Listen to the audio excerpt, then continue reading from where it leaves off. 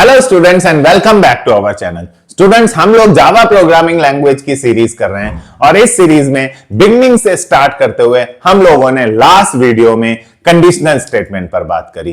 Conditional statement में हमने सबसे पहले इफ एल्स देखा। हमने डिस्कस करा कि अगर कभी भी हमारे सामने दो कंडीशंस हो, दो सिनेरियोज हो, दो सिचुएशंस हो, तो कैसे उन सिचुएशंस को अपने प्रोग्राम में इंप्लीमेंट करने के लिए हम लोग इफ एल्स का यूज कर सकते हैं।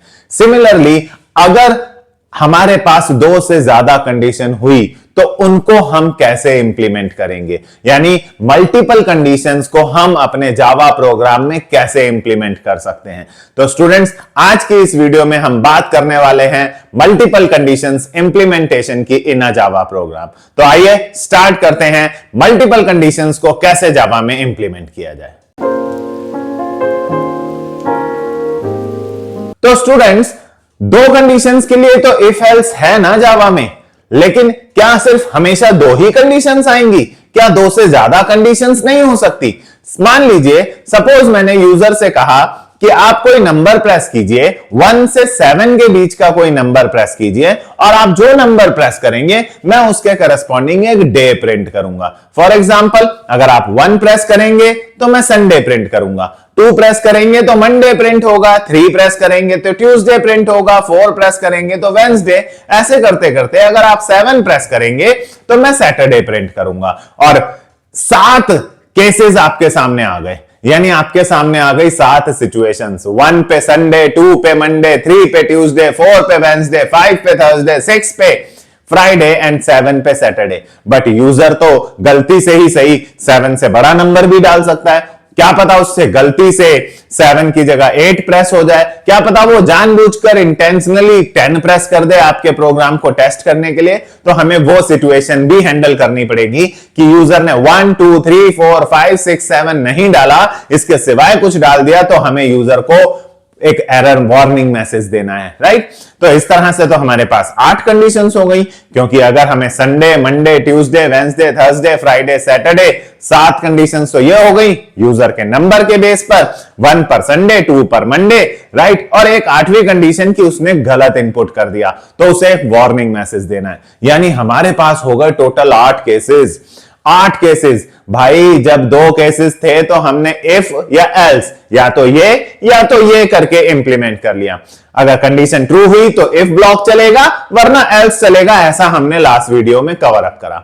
बट यहां तो भाई 8 कंडीशंस हो गई, 7 तो आपके प्रोग्राम की डिमांड है और 8वीं एक वार्निंग मैसेज के तौर पर हमें इंप्लीमेंट करनी है। 2 से ज्यादा कंडीशंस हो गई। गाइस, जब हमारे पास 2 से ज्यादा कंडीशंस एक प्रोग्राम में इंप्लीमेंट होने के लिए आती हैं, तो हमारे पास मल्टीपल कंडीशंस को इंप्लीमेंट करने के लिए, जावा प्रोग्राम में मल्टीपल कंडीशंस को इंप्लीमेंट करने के लिए 2 तरीके हैं, 2 वेज हैं। पहला है guys if else if else, आप इसका इस्तेमाल कर सकते हैं, राइट। ये सभी प्रोग्रामिंग लैंग्वेज में है। और दूसरा है गाइस स्विच केस, आप स्विच केस का इस्तेमाल कर सकते हैं। तो 2 तरीके हैं जिनका इस्तेमाल करके आप अपने जावा प्रोग्राम में मल्टीपल कंडीशंस का इंप्लीमेंटेशन कर सकते हैं। आइए आज की वीडियो में हम लोग इफ एल्स को कवर करते हैं। देखते हैं जब 2 से ज्यादा कंडीशंस होंगी, मल्टीपल कंडीशंस होंगी, तो हम कैसे इफ एल्स का यूज करेंगे। चलिए स्टार्ट करते हैं इफ एल्स। तो बेटा, मल्टीपल कंडीशंस के लिए मैंने बोला कि हम इफ एल्स और एल्स का इस्तेमाल करेंगे। इसमें आप इफ एक बार यूज करेंगे, एल्स एक बार यूज करेंगे, बट जितनी भी कंडीशंस हैं उन मल्टीपल कंडीशंस के लिए एल्स इफ आप जितनी बार चाहें उतनी बार लगा सकते हैं। इफ शुरुआत में एक बार, एल्स लास्ट में एक बार, बट जितने बाकी केसेस हैं उनके लिए आप इफ एल्स इफ कितनी बार भी यूज कर सकते हैं। एक प्रोग्राम से समझने की कोशिश करते हैं। मैंने जैसे अभी एक प्रोग्राम आपसे कहा कि मुझे एक प्रोग्राम बनाना है to print, days corresponding to a number. User कोई नंबर डालेगा, उसके करस्पॉन्डिंग एक डे प्रिंट कराना है, राइट। तो चलिए हम लोग जावा का प्रोग्राम कैसे स्टार्ट करते हैं। हम लोग जावा का प्रोग्राम स्टार्ट करते हैं इंपोर्ट से, जो बेसिक स्ट्रक्चर हम लोग लास्ट वीडियो से करते आ रहे हैं। Java dot यूटिल dot star library लगाकर राइट क्लास बनाते हैं। क्लास का नाम जिस चीज का प्रोग्राम है वही रख लेते हैं। फॉर एग्जाम्पल डेज प्रोग्राम रख लेता हूं राइट। इसके अंदर हम अपना लिखते हैं पब्लिक। इस पर भी हमने बात की हुई है कि पब्लिक क्या होता है, स्टैटिक क्या होता है। इस पर भी पूरी डेडिकेटेड एक वीडियो हम लोग कर चुके हैं। इस पूरे सिग्नेचर को पब्लिक, स्टैटिक, वॉइड, मेन में हर वर्ड पर हम बात कर चुके हैं अपनी प्रीवियस वीडियोस में राइट। अब मुझे लेना है यूजर से एक नंबर लेना है गाइस। यूजर से एक नंबर लेना है तो यूजर के सामने एक स्क्रीन पर मैसेज भेज रहे हैं। आप जानते हैं यूजर के सामने कोई भी मैसेज भेजने के लिए हम लोग system.out.println का यूज करते हैं, जिसमें हम मैसेज लिख देंगे अपना एंटर अ नंबर। यूजर के स्क्रीन पर एक मैसेज प्रिंट होगा। यूजर से इनपुट लेने के लिए हम लोग स्कैनर क्लास का इस्तेमाल करते हैं। इस स्कैनर क्लास का एक ऑब्जेक्ट बनाया, लास्ट कई वीडियोस से आपको समझाता आ रहा हूं, क्योंकि इस स्कैनर क्लास के पास ही वो फंक्शंस हैं जिनका इस्तेमाल करके, वो प्री डिफाइंड फंक्शंस हैं जिनका इस्तेमाल करके हम यूजर से इनपुट लेंगे। और ये स्कैनर क्लास इस पैकेज में, इस लाइब्रेरी में है। इस स्कैनर क्लास के लिए ही ये पैकेज ऊपर अटैच किया गया है। अब यूजर जो भी नंबर डालेगा उसे इनपुट लेने के लिए मैंने एक n वेरिएबल ले लिया, और यूजर से नंबर इनपुट लेने के लिए मैं आपको कई बार सिखा चुका हूं, हम लोग लिखते हैं नेक्स्ट इंट। अब मुझे इस n को चेक करना है। अगर n में 1 आया है तो संडे प्रिंट हो जाए, 2 आया है तो मंडे प्रिंट हो जाए, 3 आया है तो ट्यूसडे, 4 आया है तो वेंसडे। 7 बार मुझे इस n को चेक करना है। 7 बार मतलब मल्टीपल कंडीशंस हो गई। 7 तो बहुत ज्यादा केसेस हो गए ना यार। n में 1, यदि मैं बोल क्या रहा हूं, यदि n में 1 आया हो तो संडे, वरना यदि n में 2 आया हो तो मंडे, वरना यदि यानी इतने, वरना मतलब एल्स, इतने सारे यदि लगाने यानी इतने सारे इफ लगाने हैं। तो कैसे करेंगे? पहली बार इफ एक बार यूज होगा। अगर n में 1 आया हो, यदि n में 1 आया हो, यूजर ने 1 डाला हो, तो printf संडे, ये लीजिए, आप पूरा लिख लीजिएगा राइट। वरना ये देखिए मैंने बोला इफ एक बार लिखेंगे, एल्स आखिरी में एक बार लिखेंगे, बाकी सारी कंडीशंस के लिए आप वरना यदि यानी एल्स इफ लगा सकते हैं। n में 2 आया हो तो printf मंडे, वरना ये देखिए, वरना एल्स और इफ में एक स्पेस है गाइस, एक सिंगल स्पेस देना है। n में 3 आया हो तो printf ट्यूसडे, ठीक है जी। वरना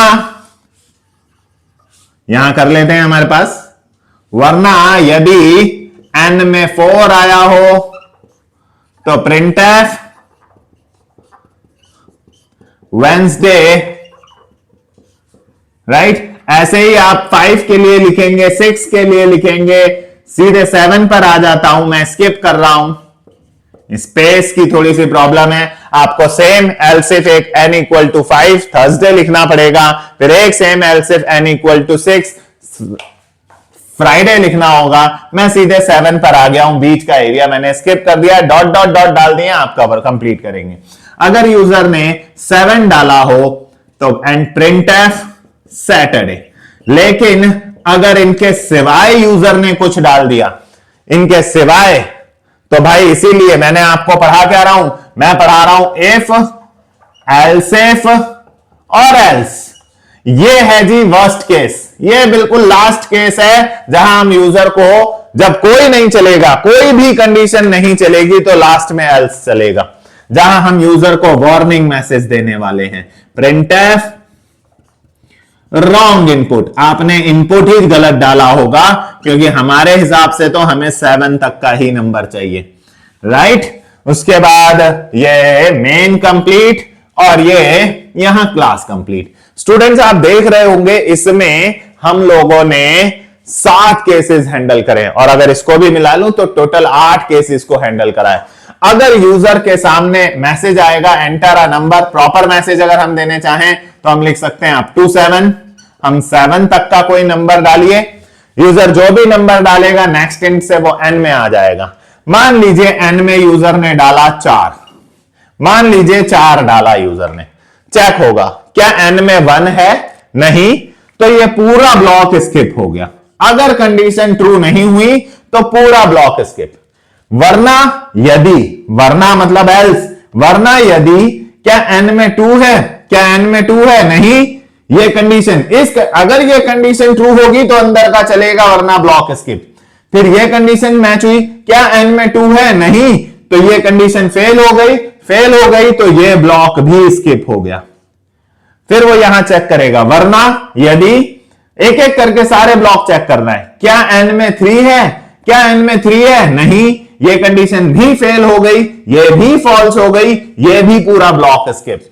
फिर वो चेक करेगा, क्या n में 4 है, क्या n में 4 है, हां जी n में 4 है, ये वाली कंडीशन ट्रू हो गई, हां ये मैच हो गया, n में 4 है, हां हो गया, यस हो गया, मतलब यहां लिखी हुई कंडीशन ट्रू हो गई। तो जब ये लिखी हुई कंडीशन ट्रू हो जाएगी तो ये ब्लॉक चलेगा, आपकी स्क्रीन पर आएगा वेंसडे, और क्योंकि एक ब्लॉक चल चुका है तो बाकी सारे ब्लॉक स्किप हो जाएंगे। ध्यान रहे, सारे इन 7 कंडीशंस में से या एल्स में से कोई एक ब्लॉक ही रन होता है, बाकी सारे ऑटोमेटिकली स्किप हो जाते हैं, सारे स्किप हो जाते हैं। आइए एक सिचुएशन और देखते हैं। मान लीजिए यूजर ने n में 1 डाला, तो वो चेक करेगा, क्या n में 1 है, क्या n में 1 है, हां यस, ये कंडीशन ट्रू हो गई, ट्रू हो गई तो ये वाला केस चलेगा, ये ब्लॉक चल जाएगा, प्रिंटफ हो जाएगा संडे, और क्योंकि ये ब्लॉक चल गया है तो बाकी के सारे ब्लॉक स्किप हो जाएंगे। सारे ब्लॉक्स में से कोई एक चलता है, इस बात का ध्यान रहे, क्योंकि आप क्या कह रहे हैं, इफ ऐसा हो तो ठीक, वरना यदि, अब वरना बोल रहे हैं तो इफ या वरना में से यानी एल्स में से कोई एक ही चलेगा। इस इफ के बाद ये एल्स चेक हो रहा है, अगर ये भी नहीं चला तो इस इफ के बाद ये एल्स चेक हो रहा है, ये भी नहीं चला, तो जो कंडीशन ट्रू होगी उसी का ब्लॉक चलेगा, बाकी सारे स्किप हो जाएंगे। अगर यूजर ने 7 डाला होता तो क्या n में 1 है, नहीं, ये ब्लॉक नहीं चला, पूरा ब्लॉक स्किप होगा। क्या n में 2 है, नहीं, ये ब्लॉक स्किप। क्या n में 3 है, नहीं, ये भी ब्लॉक स्किप। क्या n में 4 है, स्किप। क्या n में 5 है, नहीं, स्किप। क्या n में 6 है, नहीं, स्किप। क्या n में 7 है, क्या n में 7 है गाइस, यस n में 7 है, 7 है, ये कंडीशन ट्रू हो गई तो भाई ये वाला ब्लॉक चल जाएगा, आपके स्क्रीन पर सैटरडे आ जाएगा, और क्योंकि ये चल चुका है तो ये ब्लॉक नहीं चलेगा। इन सब में से कोई एक चलने वाला है, बट मान लीजिए यूजर ने जानबूझ के या गलती से कोई और नंबर प्रेस कर दिया, इन 7 के सिवाय मान लीजिए उसने 9 प्रेस कर दिया। क्या n में 1 है, नहीं, स्किप। क्या n में 2 है, नहीं, स्किप। क्या n में 3 है, नहीं, स्किप। 4 भी स्किप, 5 भी स्किप, 6 भी स्किप, 7 भी स्किप। क्या n में 7 है, नहीं, सारे इफ फेल, ये इफ फेल, ये इफ फेल, ये इफ फेल, ये इफ फेल, सारे इफ फेल हो गए। जब सारे इफ फेल हो जाते हैं, जब कोई नहीं चलता तो एल्स चलता है, क्योंकि इसके आगे कोई कंडीशन नहीं है, इसके आगे कोई ऐसी कंडीशन नहीं लिखी है। भाई ये इसकी अपनी कंडीशन है कि मैं तो जी तब चलूंगा जब ये कंडीशन होगी, मैं तो जी तब चलूंगा जब ये कंडीशन होगी, ये कंडीशन होगी तो मैं चलूंगा वरना नहीं चलूंगा, ये कंडीशन होगी तो मैं चलूंगा वरना नहीं चलूंगा। बट ये अनकंडीशनल है, एल्स के आगे कोई कंडीशन नहीं लगाई जाती। इसीलिए कहा जाता है जब कोई ब्लॉक नहीं चलता, ये नहीं, ये नहीं, ये नहीं, ये नहीं, ये नहीं, ये नहीं, तो एल्स चलता है। और सही तो है, यूजर ने 9 डाला है तो मैसेज भी तो रॉन्ग इनपुट आएगा। एल्स ब्लॉक तब चलता है जब आपकी सारी लिखी हुई कंडीशंस फेल हो जाती हैं, क्योंकि इसके आगे कोई कंडीशन नहीं है, इसलिए ये अनकंडीशनल है, ये फिर चल जाएगा। लेकिन अगर इनमें से कोई एक ब्लॉक चल गया तब ये नहीं चलेगा। ये लास्ट ऑप्शन है, ये वर्स्ट ऑप्शन है, जब सब फेल हो जाएंगे तब ये चलेगा। तो भाई ऐसे तो हम एक प्रोग्राम और कर सकते हैं, हम प्रैक्टिस के लिए एक प्रोग्राम और करें। हमें मंथ्स प्रिंट कराने हैं, मंथ डेज की जगह हमें जनवरी, फरवरी, मार्च, अप्रैल ऐसे करते करते दिसंबर तक प्रिंट कराने हैं। कितनी कंडीशंस होंगी, कितनी कंडीशंस होंगी?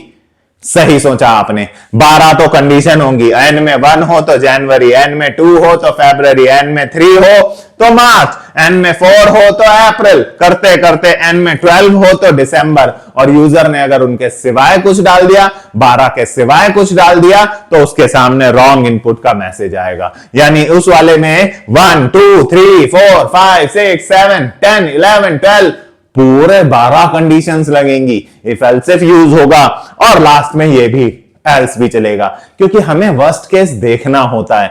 हम कभी यूजर ने गलत इनपुट डाल दिया तो क्या हम प्रोग्राम बंद कर देंगे? नहीं, उसको उसकी गलती बताएंगे। हम कहेंगे तूने इनपुट गलत डाला है, सही करो। आप लोग भी तो कभी कभी एटीएम पर जाते हैं, गलती से पासवर्ड गलत डाल देते हैं, तो वो बंद थोड़ा ही हो जाता है प्रोग्राम, वो कहता है इनकरेक्ट पासवर्ड। आप किसी वेबसाइट पर पासवर्ड गलत डाल देते हैं और वो गलत बंद थोड़ी हो जाता है, कहता है इनवैलिड पासवर्ड।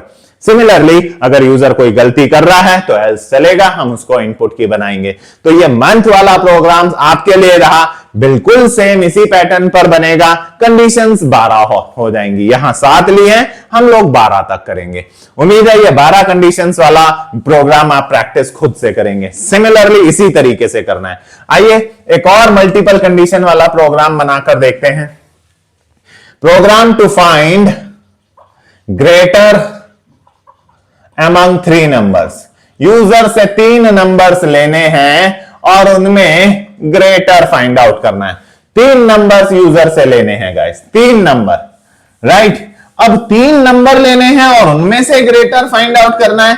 तो भाई ये मल्टीपल कंडीशंस कैसे हुई? भाई मान लीजिए कोई 3 नंबर है, 7 12 15। भाई बड़ा तो ये भी हो सकता है, क्या पता ये बड़ा हो, क्या पता ये सबसे बड़ा हो, क्या पता ये सबसे बड़ा हो। तो ए भी बड़ा हो सकता है, बी भी बड़ा हो सकता है, सी भी बड़ा हो सकता है। 3 कंडीशंस हो गई। और अगर यूजर ने तीनों बराबर डाल दिए तो चौथी कंडीशन हो गई। गड़बड़ नंबर डाल दिए तो, राइट, तो हमें 2 से ज्यादा तो हो गई ना, या तो ए बड़ा होगा, या तो बी वाला नंबर बड़ा होगा, या तो सी वाला। 2 से ज्यादा हो गई मतलब मल्टीपल कंडीशंस की कैटेगरी में आ गई। 2 के केस में जब 2 नंबर में ग्रेटर फाइंड आउट करना था तो हमने लास्ट वीडियो में देखा कैसे हमने इफ और एल्स लगाया। बट अब 2 से ज्यादा नंबर्स में ग्रेटर फाइंड आउट करना है तो ये मल्टीपल कंडीशंस हो गई। इसके लिए हम यूजर को मैसेज भी वैसा ही देंगे कि एंटर करो भाई 3 नंबर्स डालिए। यूजर के सामने 3 नंबर्स डालने का, और इस प्रोग्राम का नाम रख लेते हैं ग्रेटर प्रोग। जिस चीज का हो वैसा ही नाम रखेंगे तो थोड़ा मीनिंगफुल लगता है। पहला नंबर ए में ले लेते हैं, दूसरा नंबर यूजर से बी में ले लेते हैं, राइट, तीसरा नंबर यूजर से सी में ले लेते हैं। ये लीजिए, करेक्ट। अब हमें चेक करना है। देखिए इस प्रोग्राम को मैं बहुत छोटा कर सकता हूं, बहुत कई तरीकों से बना सकता हूं।